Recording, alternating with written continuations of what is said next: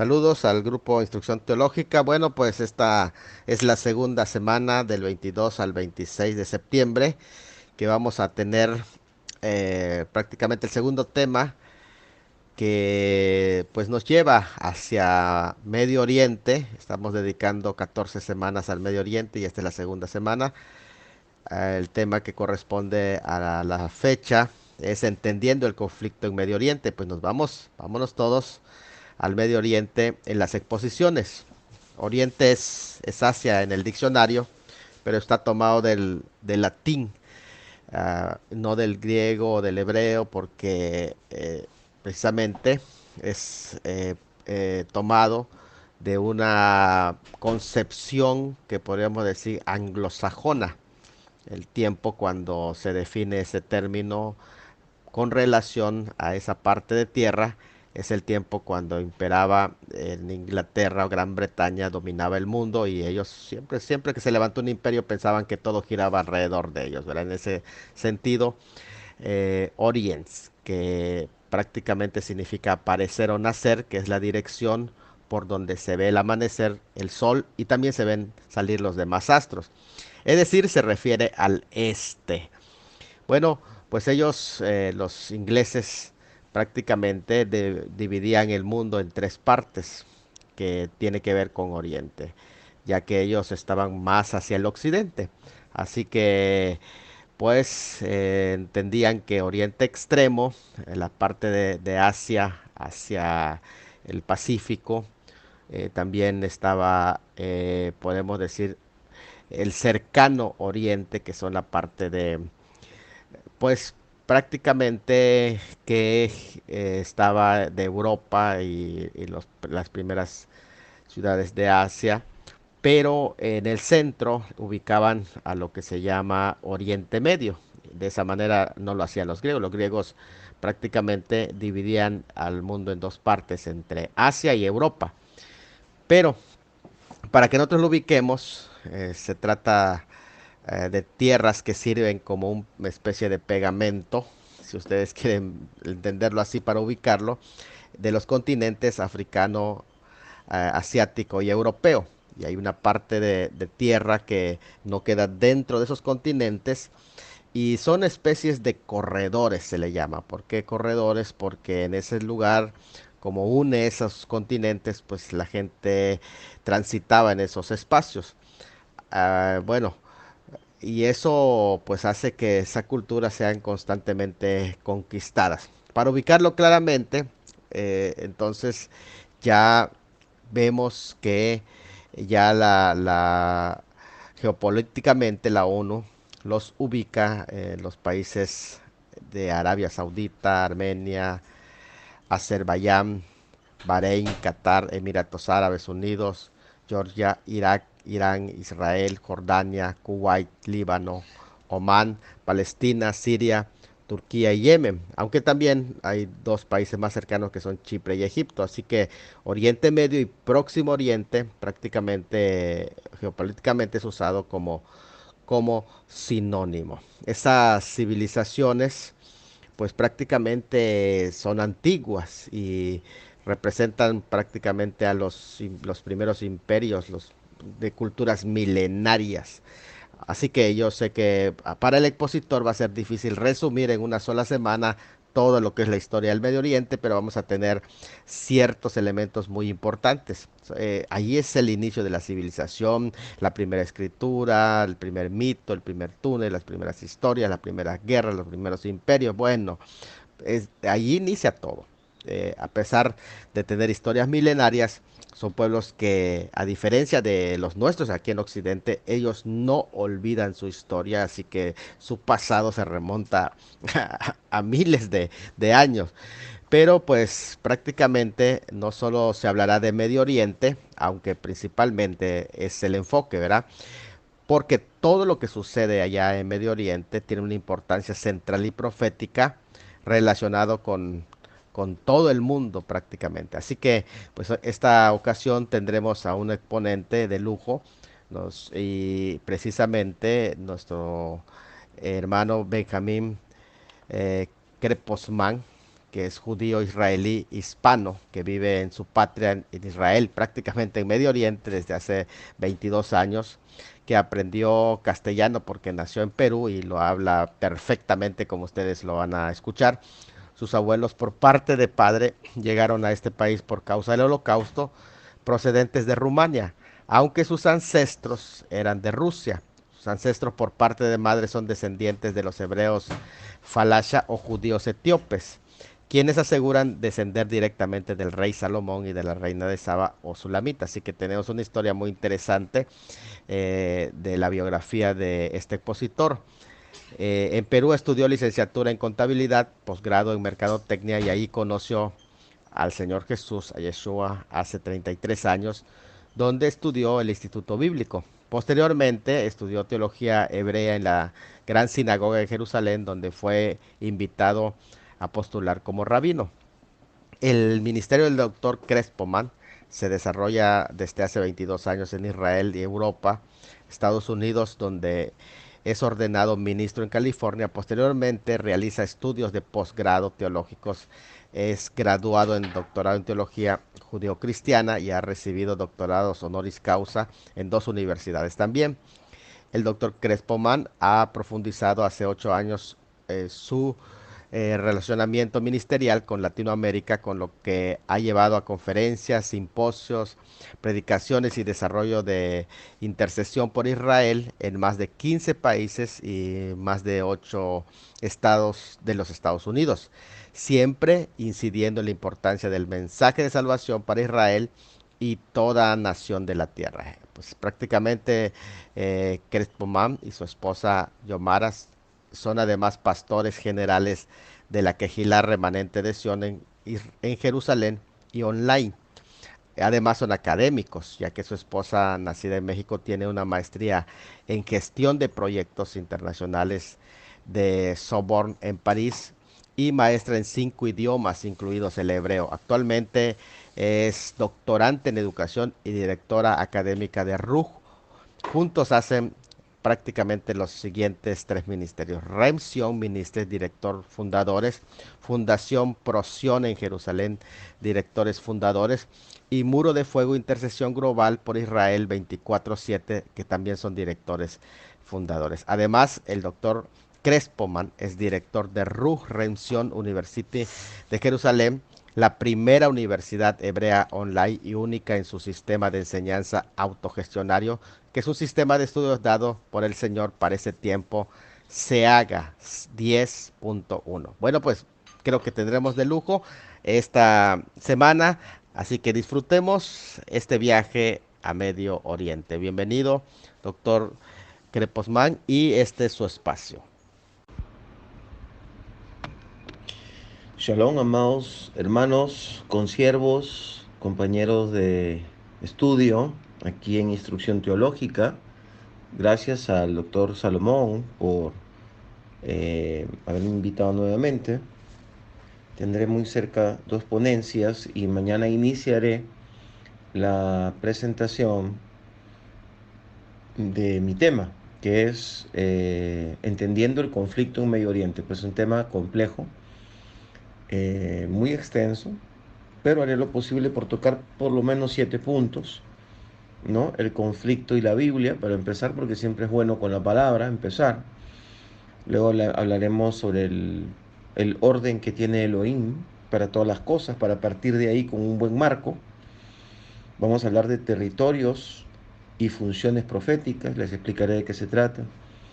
Tendremos que hablar entonces de la reiniciación de la tierra con Noé, sus hijos, luego el pueblo de Israel, las tribus y todas esas estructuras proféticas que hasta el día de hoy se cumplen y se están cumpliendo y se seguirán cumpliendo. Hablaremos de los pactos, ¿verdad? La importancia entre la tierra y el pueblo. Hablaremos acerca del inicio del conflicto y la raíz de este problema, ¿no? El inicio del conflicto y cuál es la raíz. Todo vamos a mirarlo con la palabra y entraremos a la parte histórica.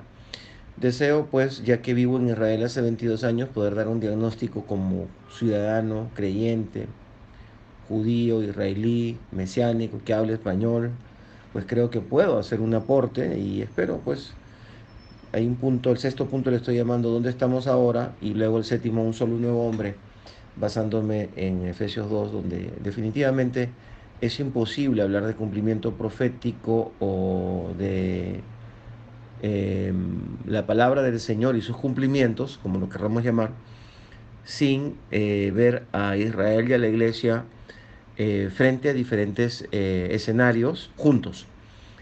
Y en algunos casos eh, compartiendo algunos eventos y algunas circunstancias y tiene mucho que ver con el conflicto con los musulmanes, con la religión musulmana, con la actividad religioso, geo, religioso militar geopolítica que es el Islam, ¿no? Entonces, ahí entramos, no, nos junta. El enemigo también ve a Israel y a los creyentes juntos en muchos aspectos históricos y, cómo no, al remanente que hay en cada nación, y eso incluye Israel. Solo que Israel puede ser protagonista geopolítico en todos los cumplimientos proféticos, especialmente en este último siglo. Hablaremos, obviamente, de la posición y la incursión de los Estados Unidos como cualquier, no sé si llamarle imperio para no sonar pseudo socialista, no lo soy, pero yo creo que bíblicamente hablando, pues las naciones o las estructuras de gobierno de amplia base, de gran influencia, de acción militar, política, económica, pues se le podría llamar un reino. Hoy también Estados Unidos, desde esa perspectiva, y obviamente los reinos que han habido en la historia siempre han estado relacionados al pueblo de Israel y al plan del Señor para la humanidad. Así que definitivamente el conflicto en Medio Oriente tiene que ver con el plan de Elohim, los que están en las manos de Elohim para sus planes y los que se oponen a los planes del Señor, que no tienen distinción. El trabajo que hay, obviamente, viene del reino de la oscuridad, no tiene distinción, va a usar a quien esté disponible. Y en este caso, pues el Islam está disponible. Es una tristeza porque hay muchísimo pueblo eh, dentro de estas naciones, muchísima gente inocente, vulnerable, manipulada, oprimida por los líderes de gobierno y también por los líderes sociales, los mismos hombres, ¿no? Así porque la mujer es una parte importante de esta vulnerabilidad y de este abuso en estos países. Es muy triste. Por eso no podemos ir contra el Islam a rajatablas. Hay que hacer un trabajo explicativo correcto, siempre con un corazón como el de Yeshua, que amaba a aquellos que le necesitaban. Siempre amó y ama a aquellos que le necesitan. Siempre Yeshua habló con amor acerca de los vulnerables, de los niños, de los necesitados. Y eso se ve mucho en estos países. Y muchos de ellos son nuestros hermanos que confiesan el nombre de Yeshua o Jesucristo, como le llaman en sus países. Y eso es algo muy importante. Y eso hace que el conflicto de Medio Oriente o de Oriente Próximo, como dijo el doctor Salomón, que es lo mismo, involucre a un conflicto mundial realmente, donde uno de los protagonistas principales son los creyentes que confiesan su nombre o los cristianos en las naciones. Bueno, pues amados, espero serles útil, que el Señor me use, me dé la sabiduría, la capacidad de síntesis y la objetividad para hacer una buena exposición en los 2 días próximos. Shalom Ubraja, amados hermanos. Shalom, amados hermanos de Instrucción Teológica. Pues ya estamos día martes. Para ustedes es en la tarde. Yo estoy ya en la noche. Saludándoles desde Jerusalén, Jerusalén. la ciudad del gran rey. ¿Quién es el gran rey? Yeshua HaMashiach, Ben Elohim, Yeshua, nuestro Redentor, Elohim mismo, hecho hombre. A Él siempre sea toda la gloria y para su gloria y honra sean estos estudios, estos análisis, estas ponencias, estas propuestas, si acaso también estos debates, sea siempre para su gloria y para su honra. Me ha tocado un tema pues interesante porque me atañe. Pues vivo en Israel, soy judío o hebreo, pero también creo en Yeshua. Y puedo hacer un análisis también, no será hoy, será mañana. Creo que ya mañana estaremos entrando a ese punto donde hablaremos un poco más de lo que es el inicio del conflicto, ¿no? Dónde estamos ahora y qué puede hacer la Kehila Mashiach, la conocida iglesia, o sea, los creyentes cristianos por Israel. Pero hoy vamos a iniciar un poco con el planteamiento general. Vamos a conversar un poco el planteamiento, o vamos a hablar un poco del planteamiento general, de los inicios. A lo mejor se van a aburrir un poquito, pero es importante partir la palabra con propiedad, con orden, para venir con una buena base, para poder hablar con una buena base.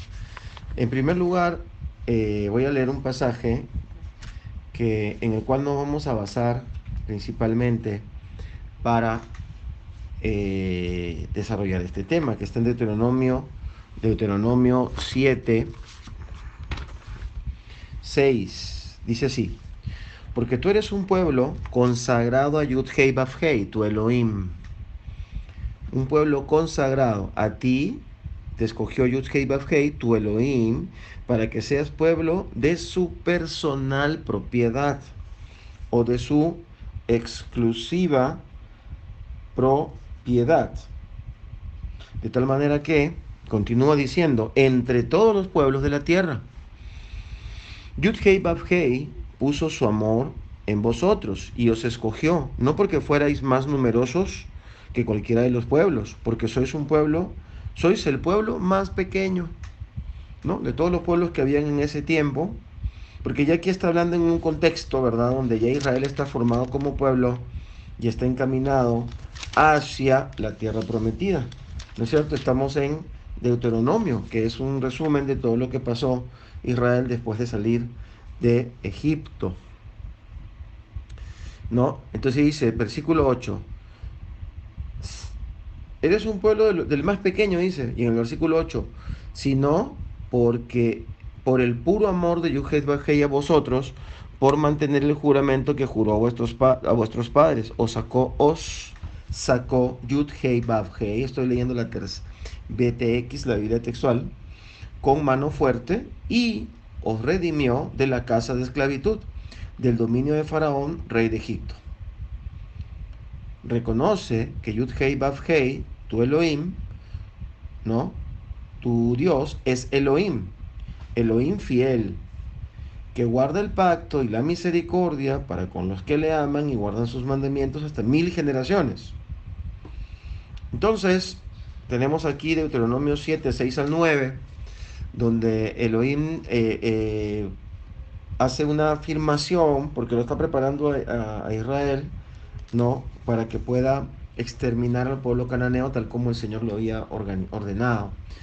Pero ¿de dónde sale este pueblo pequeño? ¿Quién es este pueblo pequeño? Tenemos muchos conocimientos, abundantes probablemente conocimientos, pero no necesariamente tenemos un análisis desde varias perspectivas. A lo mejor desde una perspectiva occidental, desde una perspectiva bastante greco-romana, o bastante de nuestra denominación, de nuestra formación. Pero si empezamos a abrir, yo quiero que ustedes abran su mente, analicen, se pongan delante de una postura abierta y podamos observar a este pueblo. ¿De dónde salió? ¿Quién es este pueblo? Porque este pueblo es el origen del problema para los islámicos. Desde el punto de vista de ellos, el origen del problema es Israel, ¿no? Y este pueblo es el que le trajo problema también a la humanidad, porque es un pueblo que fue colocado para demostrar el poder del Elohim y para traer el mensaje de Elohim. Pero el mensaje de Elohim ahora lo tienen otros, según Efesios 2, que se han acercado, ¿no? Según Efesios 2, dice de que este otro pueblo, y este es otro pasaje con el cual vamos a ir más adelante cerrando el mensaje, este pasaje tan conocido, enseñado de diferentes formas, ¿no es cierto? En Efesios 2, donde el Señor, o bueno, a través del Raf Shaul o apóstol Pablo, nos hace una presentación muy interesante que nos tiene que hacer pensar, nos tiene que hacer meditar, abriendo nuestra mente, ¿no? Dice así, Efesios 2:12: en aquel tiempo estaban sin el Mesías, apartados de la ciudadanía de Israel y extraños a los pactos de la promesa, no teniendo esperanza y sin Elohim en el mundo. Pero ahora en Yeshua Mashiach, vosotros, que en otro tiempo estabais lejos, han sido hechos cercanos por medio de la sangre del Mesías.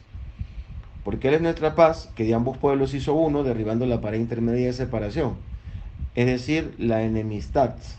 Con este pasaje vamos a cerrar mañana, pero lo vamos a ir desarrollando poco a poco. Y vamos a empezar con este pasaje donde el Señor dice: tú no eres un pueblo que me sea rentable. Tú no eres un pueblo que se merece nada. Eres un pueblo incluso el más pequeño. Pero por mi amor, ¿no? Por puro amor que les tengo por causa de sus padres. Pero los padres del pueblo de Israel, obviamente, empezamos con Sem, ¿no? Así que vamos a hacer ahora voy a tratar de hacer lo más rápido posible un resumen de las bases para entender hacia dónde vamos, para poder entender el conflicto de Medio Oriente. En primer lugar, tendríamos que decir que el conflicto de Medio Oriente es un conflicto con el mundo.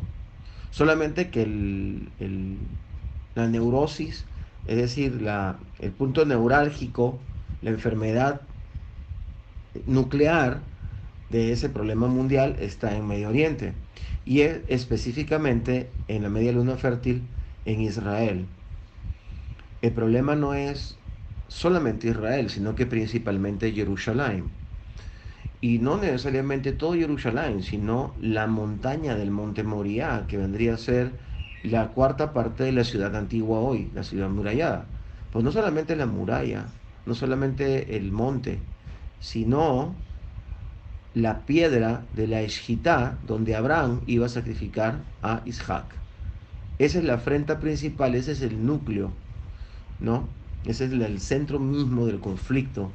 Es lo que Elohim dijo al mundo sobre esa piedra, hablándole a Abraham y diciéndole: así como tú ibas a sacrificar a tu hijo, yo sacrificaré al mío, por la humanidad. Entonces, vamos a mirar entonces desde Génesis, lo más escueto posible. Número uno, Elohim pierde al hombre, lo tiene que recuperar. Lo quiere recuperar. ¿Qué significa eso? Volverlo a comprar. No va a estar fácil porque el hombre está completamente divorciado de Elohim, apartado de Elohim, y tiene que ser entonces redimido. Redimido, ¿no? Redención se dice Geulá en hebreo, que es cerrar el círculo. Es decir, tiene que ser vuelto a comprar. Jamás el hombre salió de Edén para no volver. El hombre salió de Edén para volver. El pueblo de Israel salió de Israel o de la tierra de Israel para volver. Eso se llama Geula. Entonces hay una redención para la humanidad. La redención para la humanidad empieza cuando el Señor le dice a la serpiente que va a haber una semilla, un hombre que va a libertar a la humanidad, venciendo a la serpiente, pisándole la cabeza, lo cual significaría quitándole mando, poder y señorío. Esa promesa es lo que está hablando Pablo en Efesios. Esa es la promesa, es una sola, redimir al hombre. Y hay varios pactos a través de los cuales se fue configurando el desarrollo, digamos, logístico de esa promesa. Porque primero fue algo que lo indijo, pero había que aterrizarlo sobre la tierra. Entonces, esa promesa va como quien dice, preparándose, va condimentándose, va aderezándose, utilizando términos culinarios, en Sem, ¿no es cierto? O sea, podemos hablar antes de Noé, antes de Noé. Sem es hijo de Noé, pero no lo voy a hacer. Vamos a hablar desde Noé. Noé tiene un hijo sobre el cual el Señor se goza y a través del cual el Señor da una palabra profética y cae una maldición sobre Can, ¿no es cierto? Si vamos a Génesis capítulo 6, y lo pueden leer más tardecito, todos ustedes son maduros, son estudiosos, muchos de ustedes expertos, ¿no es cierto? Hay una corrupción en la humanidad en el capítulo 6, hay una descendencia de Noé en el arca, hay un diluvio, y hay una redención del planeta a través, capítulo 9 y ahora del Génesis, lo pueden leer más tardecito, a través de Noé y su familia. Pero lamentablemente en el capítulo 9 vemos cómo eh, Can, ¿no es cierto?, es maldito. Y los descendientes de Sem son los que van a tener esa preponderancia. Y el Señor dice, Can servirá a Sem y a Jafet. Y Jafet habitará en las tiendas de Sem. Entonces vemos tres familias que van a constituir la historia de la humanidad hasta el día de hoy. Yo les ruego, por favor, que en su mente abran su mente y no hagan cortes. Ustedes saben que la tradición cristiana teológica aceptable y respetable ha hecho cortes. Este es un tiempo, este es otro tiempo. Está bien.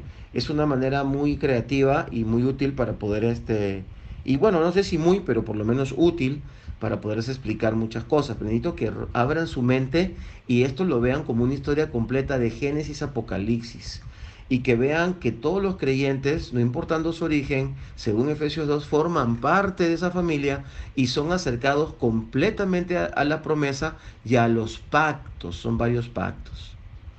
Les gusta mucho a los teólogos hablar del pacto noágico y del pacto adámico. Son formas muy bonitas de explicarlo, ¿no? Está muy bien.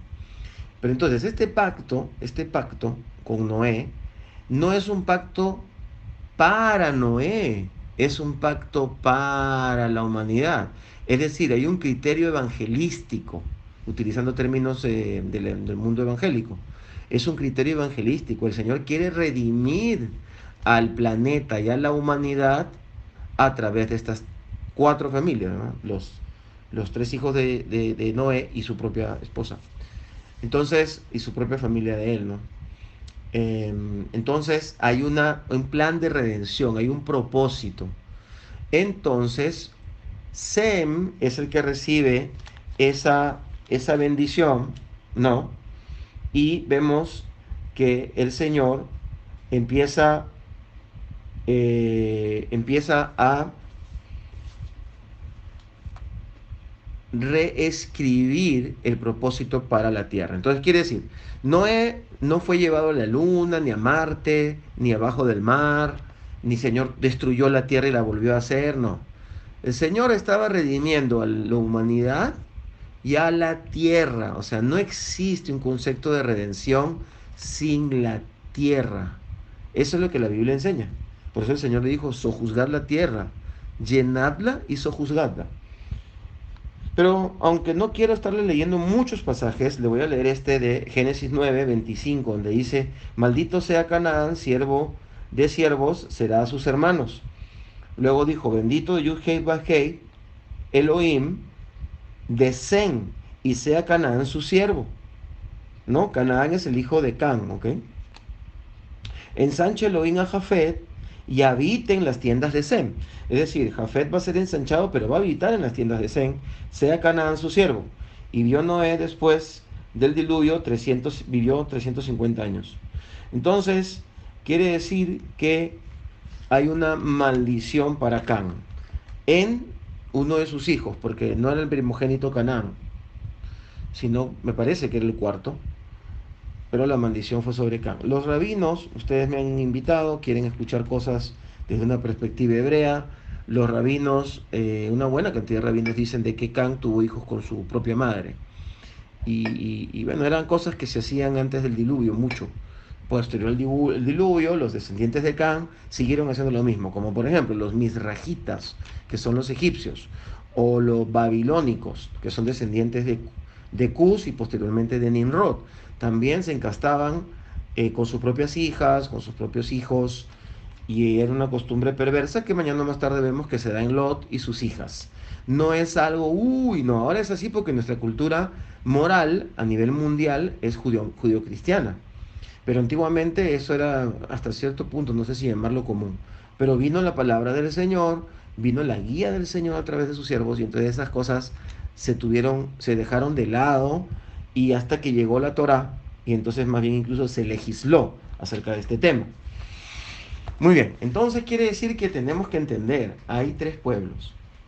El pueblo de Jafet lo podemos dividir, ustedes pueden hacer investigaciones, yo no voy a hablarles muchísimo ahora, hagan algunas investigaciones, a ver si yo con lo que yo termino de hablar mañana, ya pasado podemos tener unos debates, unas conversaciones, pero investiguen ustedes. Can es África, gran parte de Asia, ¿no? Todo lo que es centro y norte de Asia, África, Medio Oriente, entonces luego tenemos la parte entre lo que viene a ser Mesopotamia hacia Rusia y gran parte de Oriente Próximo estaría, y parte del Mediterráneo estaría Sem, y luego toda Europa sería Jafet. Es que está bien claro, ¿eh? Y obviamente está ensanchado Jafet porque Europa fue llevado hacia un desarrollo humano rápidamente a Asia y todo el sur del mundo, donde se supone que se asentó con mayor fuerza Can, ¿no es cierto? Ha sido los que siempre han servido a Jafet, pero bajo siempre las tiendas, la fortaleza financiera, hoy por hoy tecnológico y todo de Sem. Vamos a hablar de eso con mayor detenimiento. Entonces, eso es más o menos lo que ha sucedido. Ahora, el centro neurálgico, como hablaba Medio Oriente, que viene a ser la media luna fértil, antes llamada Canaán, es decir, el maldito fue el que recoge la tierra central donde estaba la bendición y la gran capital del universo llamada Jerusalén, es el maldito Canaán. Por lo tanto, entonces Zen tenía que ir a recuperarla y sacar a todos no solamente los cananeos, sino parte de los descendientes de Can, ¿no? ¿No es cierto? Que serían camanitas, sería la forma de decirlo, camanitas, porque es con M, C-A-M, Can, los camanitas, que Mizraim son camanitas, Cus son camanitas, eh, y todos estos pueblos, ¿no? La zona de lo que ahora es Siria, Líbano, todo eso vendría a ser entonces Nimrod, que era nieto, ¿no? de Can, hijo de Cus. Cus sí era hijo de Can. Entonces tenemos todas estas zonas que ahora el Señor manda al pueblo semita a que la posea. Muy bien, entonces hasta aquí está todo organizado y bien planteado por Elohim. Es el conflicto empieza en la casa de Noé, ¿no? Y Elohim a través de Noé manda un decreto, una palabra profética para estos tres que van a definir la historia de la humanidad. Eso no lo podemos negar y lo tenemos bien claro. Hemos leído capítulo 7 de Deuteronomio que este pueblo era pequeñito. Pues ¿de dónde salió este pueblo? ¿Y qué hacía metido en medio de la raza camanita? Porque Misraim, que fundó Egipto, era descendiente de Cam. ¿Qué hacía Israel? Pues muy interesante. Para empezar, el Señor mueve a un varón llamado Abraham, que es descendiente directamente de Sem, pero no solamente es un descendiente, Shem es el nombre en hebreo, ¿ya? Voy a tratar de decir los nombres hebreos para que vayan aprendiendo. Shem. Entonces, Shem, de ahí viene Abraham, y Abraham es quien es enviado a la tierra, que es la tierra prometida. Entonces, no podemos concebir jamás la promesa para el pueblo, incluso para la humanidad no va a ser redimida en otro planeta, es redimida en el planeta Tierra. Es aquí donde Yeshua va a volver a reinar. ¿No es cierto? Entonces Israel no puede desarrollar su historia y su cumplimiento profético logístico sin la tierra, porque no solamente son palabras, y Elohim es palabras, acciones y cumplimientos. Entonces, Esa tierra de Canaán, del maldito, es la tierra que Israel tiene que tomar. Entonces nos damos cuenta de que Abraham va a esa tierra y se asienta en Beersheba, viene a Jerusalén, tiene contacto con Melquisedec, conoce muy bien el monte Moriah, porque es ahí donde se encuentra con Melquisedec, entrega los diezmos, es consagrado, su mente y su ser están conectados en la India de una perspectiva de fe, lo explica el apóstol Pablo en Romanos, en Hebreo, en el libro de Hebreos. Entonces, notamos claramente esa conexión y ese entendimiento de la promesa. Hay un tema de fe. Entonces Abraham tiene a Isaac, Isaac a Jacob, ¿no es cierto? Jacob se dice en hebreo, Isaac se dice en hebreo, y entonces Jacob tiene las 12 tribus. De esas 12 tribus tiene que haber un primogénito. Entonces, la perspectiva del llamamiento al pueblo de Israel es una perspectiva de primogenitura. Tiene que ser primogénito el pueblo de Israel, porque la primogenitura es aquel que lleva en su mano la promesa.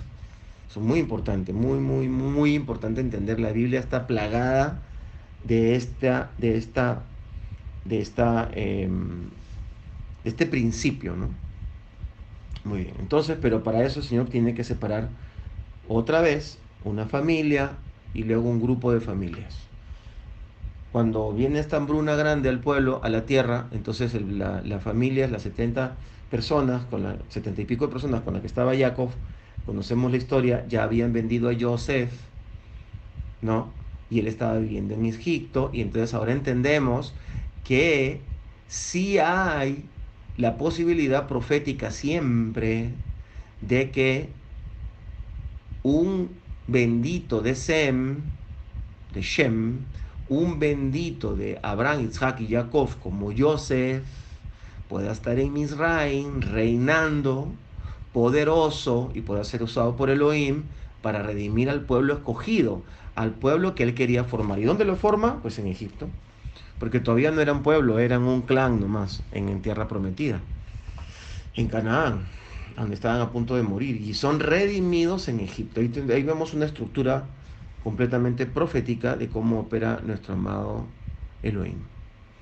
Así que en Egipto son redimidos por Joseph, un hebreo, y luego vemos que retorna a la tierra prometida a través de donde el Señor opera con señales y prodigios y con mano fuerte y brazo extendido. Aquí mismo en el capítulo 7 de Deuteronomio, el Señor se los recuerda y les dice: yo te saqué de Egipto, te saqué porque te amo y para cumplir con Abraham, con Isaac y con Jacob. Y porque necesito que tomes la tierra, porque sin redención de la tierra, no hay, de la tierra prometida, Canaán, no hay redención del planeta, no hay redención de la humanidad, no hay redención de nada. Voy a hacer de mí un pueblo. Y entonces el Señor los forma durante 40 años en el desierto. Luego entran, toman la tierra, ¿no? Conforme a la promesa que Elohim había dado. Y Josué, gran guerrero, que es el que toma la tierra con las legiones del Elohim viviente, con las 12 tribus, no puede tomar Jerusalén. Tiene que pasar, ¿no es cierto?, cientos de años para que aparezca Melech David, el rey David, y él tenga el privilegio de poder redimir la montaña del monte Moriah, donde Abraham le dio los diezmos a Melquisedec, y es el mismo lugar donde está la piedra de la Eshjitá, que es la piedra que está bajo la maldición de Can, que es la mezquita que está sobre la montaña. Esa mezquita es la maldición de Can, esa mezquita es la afrenta contra Elohim. Esa mezquita ha sido una abominación desoladora por mucho tiempo, de los tiempos de Mahoma.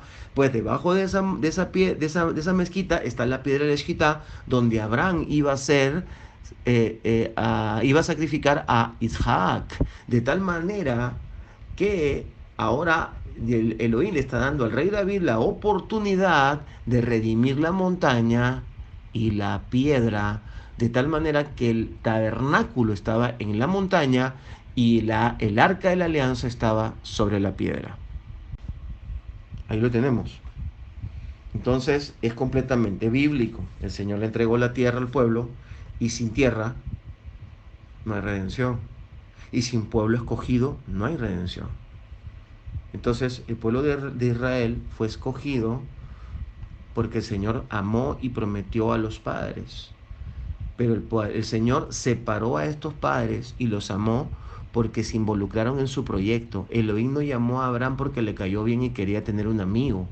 Elohim llamó a Abraham porque vio que era un corazón suficientemente lleno de fe para constituir un pueblo para salvar a la humanidad. El pueblo de Israel tiene que entender que existe para salvar a la humanidad, para redimir a la humanidad. Esa es la razón. Esa es la razón por la cual había que redimir del maldito, o sea, de Canaán, la tierra, donde estaba la montaña del monte Moría, o mucho mejor llamarlo monte Sión, es el verdadero nombre del monte Moría. ¿No? Entonces tenemos que ya había un conflicto, porque la tierra bendita estaba tomada por alguien que había que sacar. Entonces, aquí mismo en Deuteronomio 7 dice así, versículo 1, cuando Yud-Hei Vav-Hei, tu Elohim, te haya introducido en la tierra donde vas a entrar para poseerla y haya expulsado delante de ti a numerosas naciones, el Eteo, el Gergeseo, el Amorreo, el Cananeo, el Fereceo, el Ebeo, el Jebuseo, 7 naciones mayores y más fuertes que tú.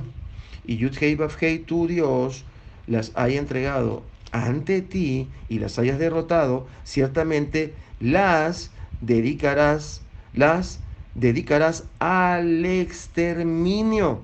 No concertarás pacto con ellas, ni tendrás compasión de ellas. No emparentarás con ellas, no darás tus hijos y sus hijas, tus hijos a sus hijas, ni tomarás sus hijas para tus hijos, porque ¿por qué? Apartaría a tu hijo de seguirme para servir a dioses ajenos, y la ira de Yud-Hei Vav-Hei se encendería contra vosotros y no tardaría en destruiros. Esto es lo que haréis con ellos. Demoleréis sus altares, destruiréis sus estelas, talaréis sus aceras y quemaréis sus imágenes en el fuego. Y ahí empezamos con lo que leí al comienzo. Porque tú eres un pueblo consagrado a Yud-Hei Vav-Hei, tu Elohim. Muy bien, esto es el capítulo 7 de Deuteronomio, ¿no es cierto? Pero el capítulo 7 de Deuteronomio, al hablar, porque estas son tierras, o sea, todos estos son descendientes de Can, el Egeo, el Ebeo y todo, el Gergeseo, y los Jebuseos, que eran los que poseían nuestra amada Jerusalén, que son los que mañana más tarde derriba, vence David. Está conectado directamente, pues, amados, con Génesis capítulo 9, donde el Señor dice que Canaán está maldito. Pero Canaán introdujo el pecado de perversión genética, ¿no? Y bueno, si no todo el mundo está de acuerdo con que no, que mostrar la desnudez de Noé no es eso, sino que era otra cosa, que solo lo vio desnudo, y por verlo desnudo Elohim le trajo tan tremenda maldición. Anyways, y como ustedes verán ahí, Canaán es llamado hermano de ellos. Entonces vienen algunos y dicen, no, lo que pasa es que los sobrinos también se les llama hermanos. Bueno, para eso estamos los judíos, pues, para poderles enseñar un poco a ustedes la perspectiva hebrea original, el contexto original de esta situación, ¿no? Pero bueno, si alguien no lo cree así, tiene que entender, hermanos, que en el capítulo 6, el Señor dice que la humanidad está corrupta. También, ahora sí aquí se nota que es genéticamente también, había maldad. Y entonces es desaparecido de la faz de la tierra el hombre y Canaán tiene que llevar la misma suerte, tiene que ser desaparecido en su momento. Entonces, el trabajo de las legiones del Elohim viviente en el capítulo 7 de Deuteronomio es continuar este trabajo de Génesis 6, de limpiar la tierra y posteriormente de eliminar toda descendencia de Canaán y parte de Can, ¿no es cierto? Parte de Can, porque el Señor nos mandó, por ejemplo, a destruir Egipto, ¿no? No nos mandó, ni nos mandó a destruir a Siria. Nos mandó a eliminar y limpiar toda la zona donde por alguna razón, luego eso lo vamos a chequear mañana, más tranquilamente, vamos a hablar más pasajes bíblicos.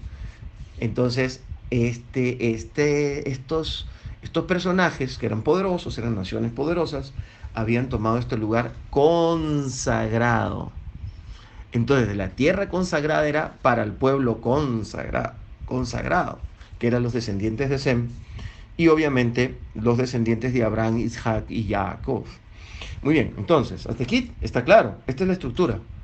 Ahora, por eso les digo, no se cierren diciendo que esto era para ese tiempo, que ahora para la iglesia no es, porque para la iglesia es otra cosa. Ustedes tienen que abrir ahorita su mente, hacer un ejercicio, darme a mí esa oportunidad para podernos expresar. Luego podemos debatir, pero entendamos que eso no ha cambiado absolutamente nada.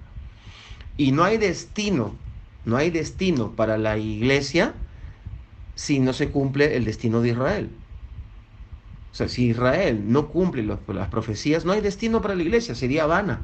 Lo vamos a ver también con mayor detenimiento mañana. El destino de la iglesia en su llamado de primogenitura, ¿no es cierto? Acabamos de ver que hay una promesa, ¿no es cierto? Hay una promesa que tiene que ser llevada por un primogénito. Entonces, ese hoy día es la iglesia o los creyentes no judíos en las naciones. Esa primogenitura está íntimamente ligada a los eventos, sucesos y desarrollos de los cumplimientos proféticos en la tierra de Israel. Muy bien, entonces, ahí lo tenemos clarito, ¿no? Muy bien, el orden de Elohim, entonces, ¿cuál sería? Y no nos vamos a poner a leer un montón de pasajes, seguimos en Deuteronomio 7. O sea, te he escogido de entre todos los pueblos para que seas mi especial posesión personal. Quiere decir que los demás pueblos son, por eso quiere decir gentil. Pueblo, o sea, acuérdense que para que haya una nación, tiene que haber un territorio, ¿no es cierto? Entonces, entonces cuando en Efesios 12 nos dice que nos acerquemos a la ciudadanía de Israel, está hablando de pueblo y tierra, ¿ok?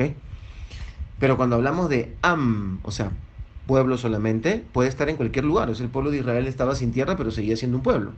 Entonces, en Elohim iban a ser bendecidas todos los pueblos, es decir, todas las familias de la tierra, independientemente de sus territorios, porque no lo especifica la palabra. Génesis, lo pueden ver en Génesis capítulo 12, versículo 3 en adelante. Entonces, tenemos que iba a ser iba a ser bendita el planeta a través del cumplimiento profético sobre este pueblo, el pueblo de Israel, ¿no? Y necesitamos partir con mucho cuidado sistemáticamente cómo se ha ido desarrollando esa promesa.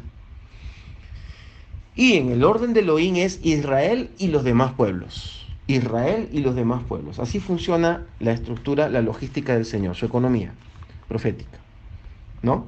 Ahora bien, no existe el desarrollo, la hegemonía, la estructura del plan de salvación completo si es que Israel no está en su tierra, ¿no? Entonces Israel se portaba mal, era sacado fuera de la tierra, de su tierra, y entonces todos los planes tenían que reestructurarse nuevamente. Por esa razón, para que el Mashiach pueda venir, los sinvergüenzas de Israel tenían que estar en la tierra de Israel. Y estaban bien sinvergüenzas en ese tiempo, tan sinvergüenzas que tenían un rey infame que es parte del conflicto, de entender el conflicto de Medio Oriente es entender quién era Herodes, ¿verdad? ¿No es cierto? Entonces, el rey que tenían era Herodes y tenían un Sanedrín corrupto y estaban muy mal, pero estaban en la tierra y el Señor no trataba con ellos por causa de sus méritos, sino que actuaba con ellos por el amor que le tiene. Y entonces el amor que tiene el pueblo de Israel es el mismo amor que le tiene a todos los pueblos de la tierra, de tal manera que trajo al Mashiach hace 2000 años, en el tiempo que el sinvergüenza, degenerado de Herodes, era el rey, y cuando Israel estaba en su tiempo más abominable, como pueblo y como nación. Si acaso se le podía llamar nación en ese tiempo. El pueblo romano, el imperio romano les permitía de alguna manera ser una nación. Les permitía, permitía sus cultos, tener su capital y les permitía. Muy bien, entonces ahí lo tenemos. No hay función profética sin territorio. Tiene que haber territorio y esa compactación es la que permite el desarrollo de los pactos más importantes. El principal es que Mashiach no podía nacer en Egipto, aunque vivió en Egipto buen tiempo. Ahí aprendió a hablar y a caminar probablemente en Egipto. El Mashiach, ahí también tuvo Abraham, Isaac, Jacob. Egipto es muy interesante, vamos a hablar de eso. Este, no nació en Babilonia, tenía que nacer en la tierra prometida, específicamente en Judea, ¿no? Y específicamente donde nació David, en Betlehem de Efrata. Betlehem mi Efrata, ¿no?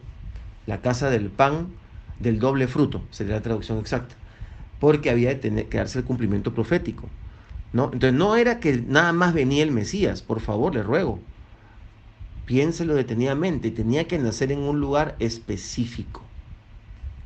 Ahora, el Mesías va a volver a Nueva York. No, el Mesías no va a volver a Nueva York, va a volver a Jerusalén, donde el Mashiach va a actuar y va a desarrollar todo su plan militar de retomar la tierra completamente. Va a ser en esta media luna fértil, en la ex tierra de Canaán, hoy tierra de Israel.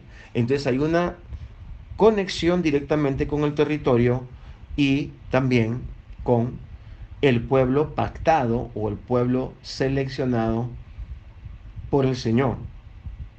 Muy importante, ese es el punto 3. Punto 1 hemos dicho el conflicto y la perspectiva bíblica.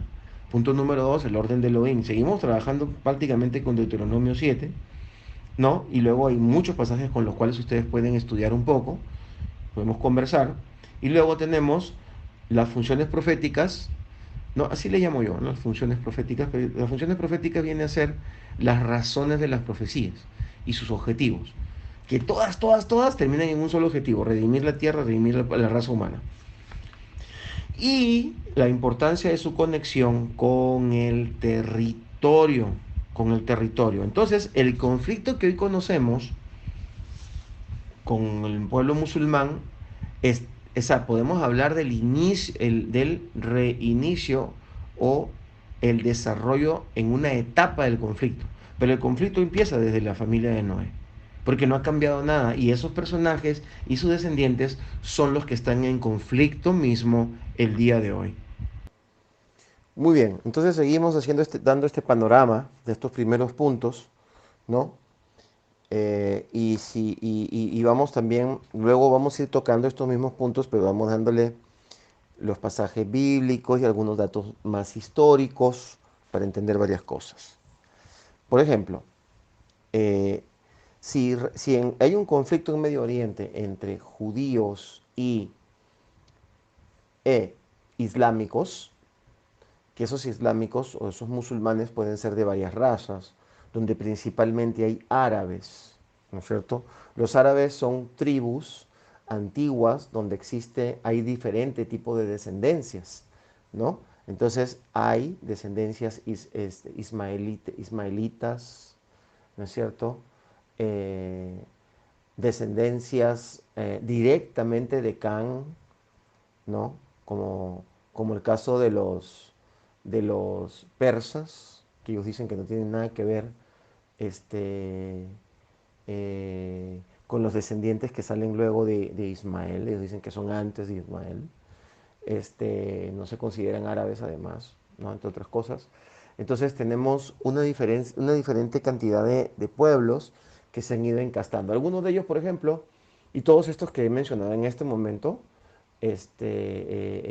una parte de ellos son semitas y otros cananeos. Eso es entendible, yo sé que ustedes lo saben.